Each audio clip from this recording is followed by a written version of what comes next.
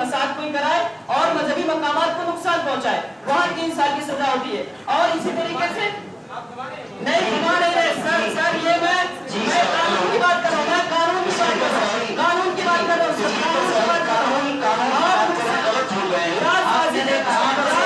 जालसाजी पर 2 साल की सजा होती है। जब सुप्रीम कोर्ट इसको सजा ही नहीं मानता, इसका असर ही नहीं मानता, तो फिर इस पे आप कैसे क्रिमिनल एक्ट ला सकते हैं? जी हाँ, आपने देखा कि किस तरह से इस बिल के अंदर खामियां हैं। मौलाना कासमी बयान कर रहे थे, लेकिन अब हम चलते हैं एडवोकेट जनाब शमीम खान साहब के पास। जी क्या कहेंगे सर?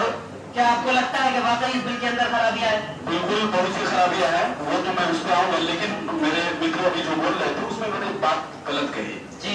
अब इनको नॉलेज नहीं होने की बिना पर जैसे भी इन्होंने मौसूफ ने कहा कि क्रिमिनल ये